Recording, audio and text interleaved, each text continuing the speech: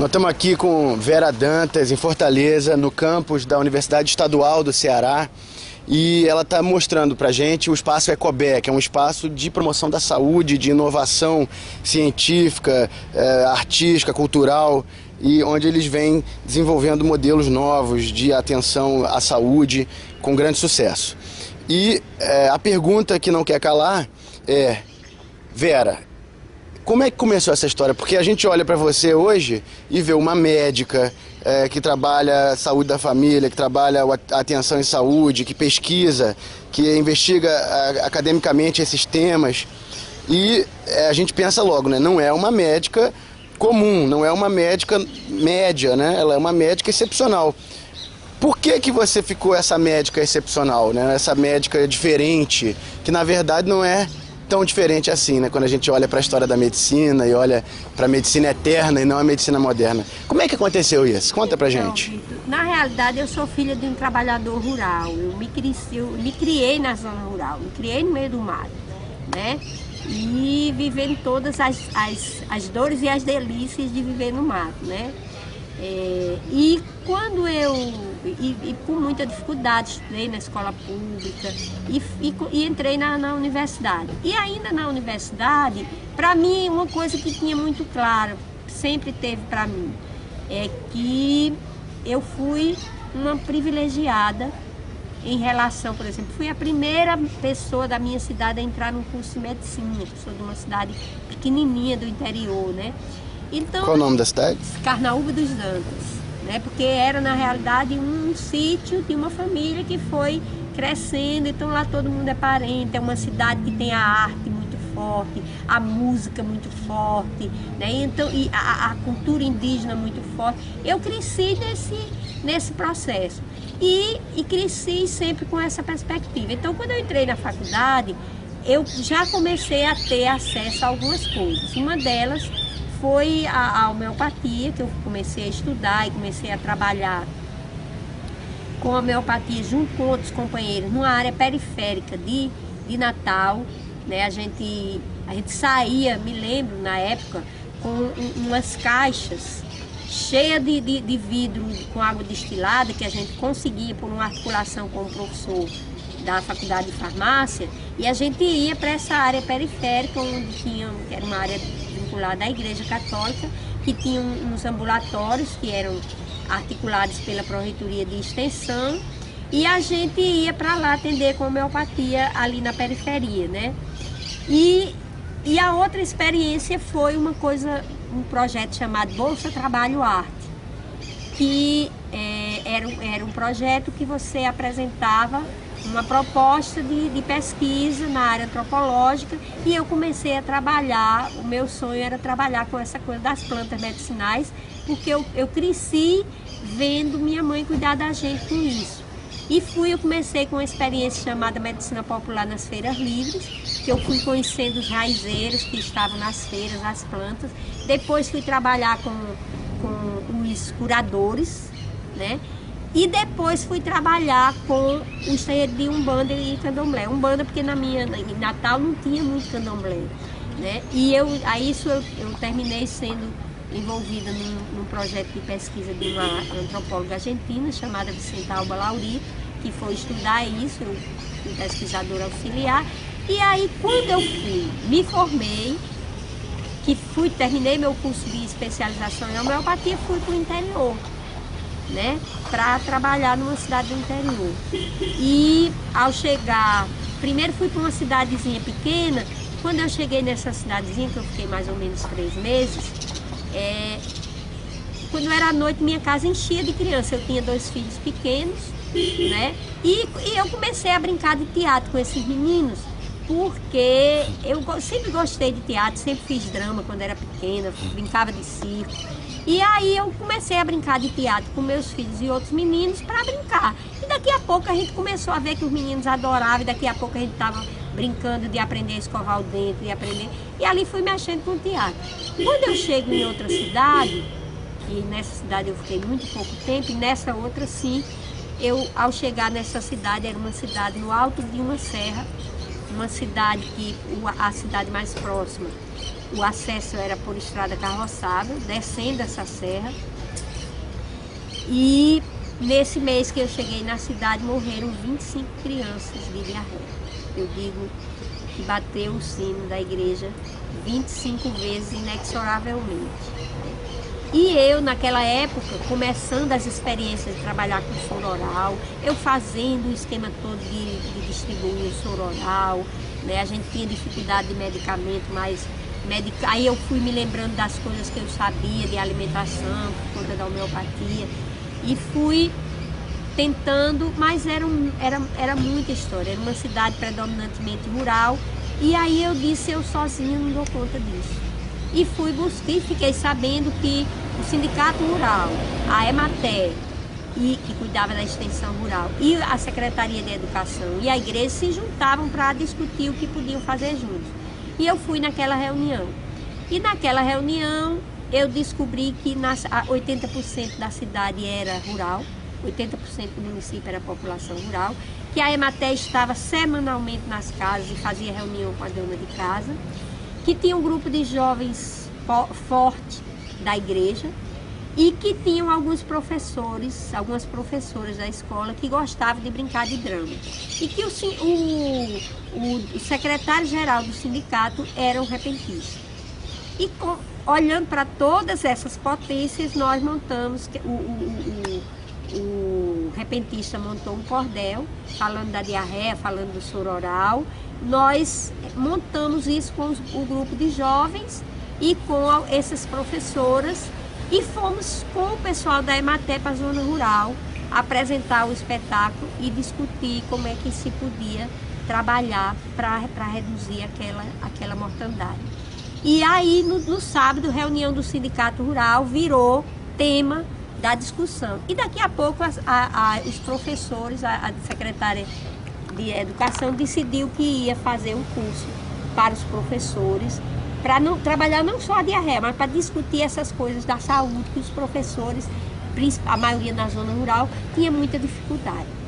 E aí, no ano seguinte, morreram no ano inteiro apenas 5 crianças de diarreia. E no terceiro ano morreu apenas uma criança de diarreia. E eu comecei a ver a potência que era trabalhar a arte, a potência que era fazer o trabalho de forma coletiva, e aí também a potência que era aprender com as pessoas, porque nesse processo a gente foi vendo o que é que as pessoas usavam de planta, o que é que as pessoas tinham, e começamos a nos envolver com outras coisas. Fizemos um espetáculo, viramos um grupo de teatro, esse grupo, que foi recontar a história da cidade, fazendo teatro. Depois nós nos juntamos ao Sindicato Rural para fazer uma campanha com as pessoas lá que tinham muito caju naquela região, e eles entregavam o caju, a castanha com o caju praticamente de graça para os atravessadores.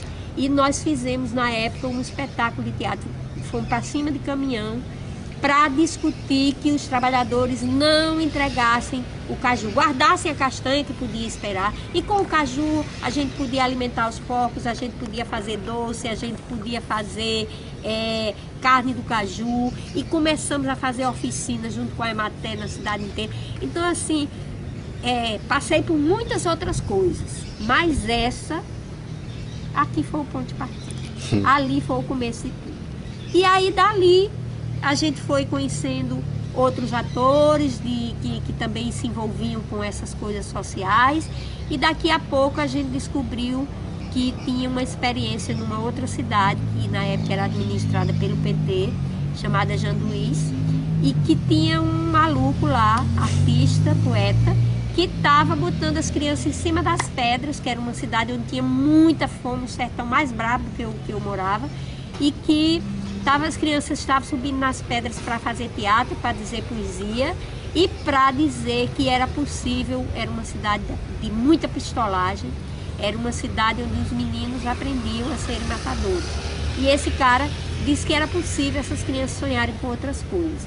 E ali nós fomos juntando várias pessoas e nos vimos nessa cidade de Janduí, junto com Ray Lima, Júnior Santos e outros atores, a construir um movimento que existe até hoje, chamado Movimento Escambo, que hoje ele se chama Movimento Escambo Livre de Rua, que trabalha não, né? Onde as pessoas vivem a arte nessa perspectiva de serem mais, né? Como dizia o Paulo Freire. Então isso aqui foi configurando. Eu aprendi desde muito cedo que trabalhar com a arte, trabalhar com a educação era fundamental para fazer saúde. E comecei desde muito cedo a entender que a gente faz saúde pensando para além da doença.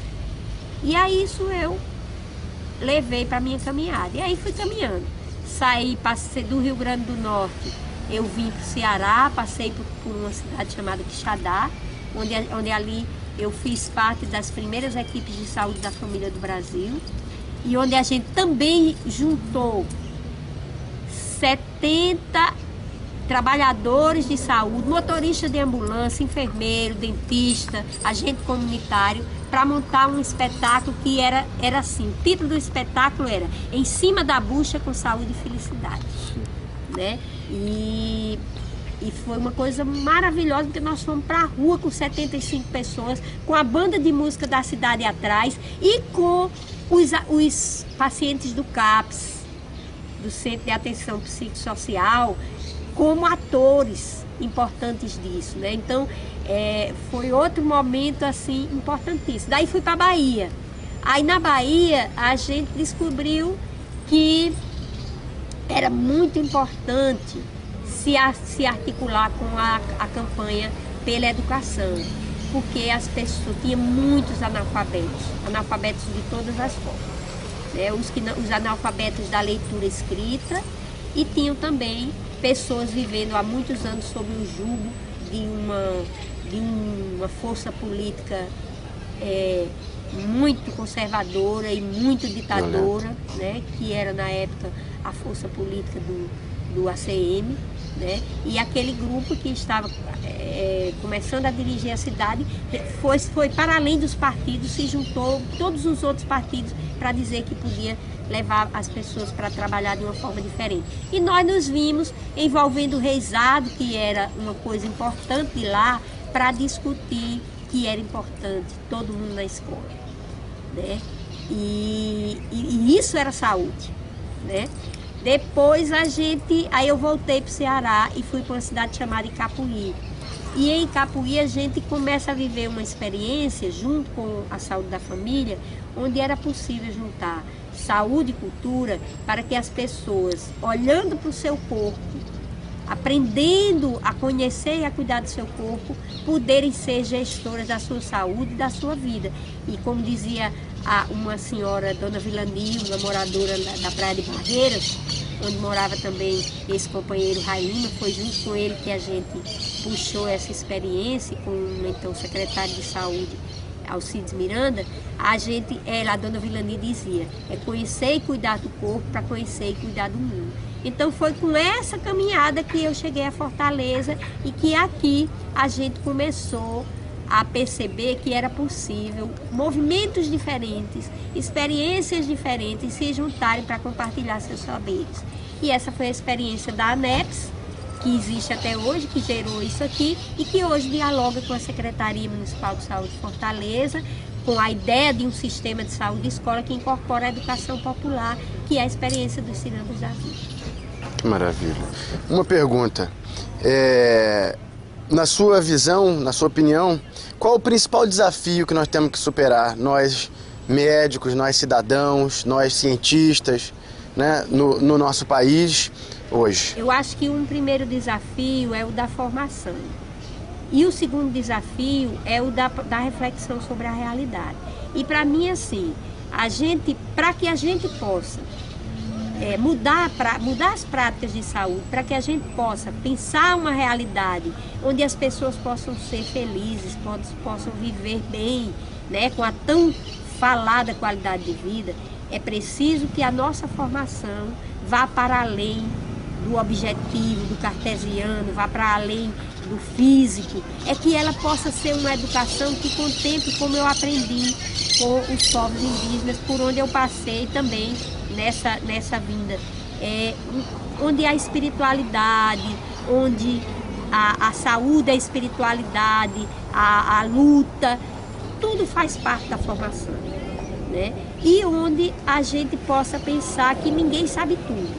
Então, que os médicos não podem continuar sendo formados em uma redoma, onde eles são mais do que os outros, onde eles sabem tudo, e tudo que não é formação médica é subalterno a eles. Então, precisamos vencer isso na formação. E precisamos refletir sobre o que a gente faz. E refletir sobre o que a gente faz, fazendo pesquisa, produzindo coisas, a partir do cotidiano. A partir do cotidiano. Então, o que eu faço como médica,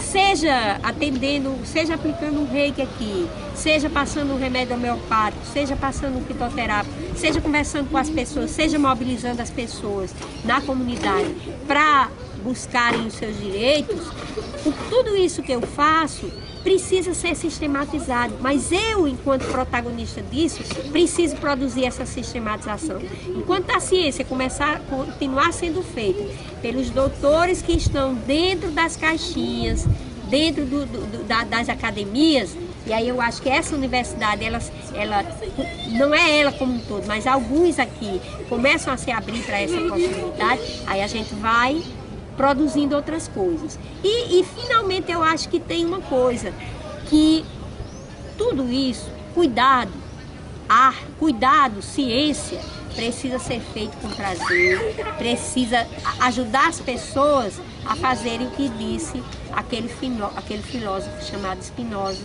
né? E que eu acho que o Paulo Freire, com outras palavras, também disse, né?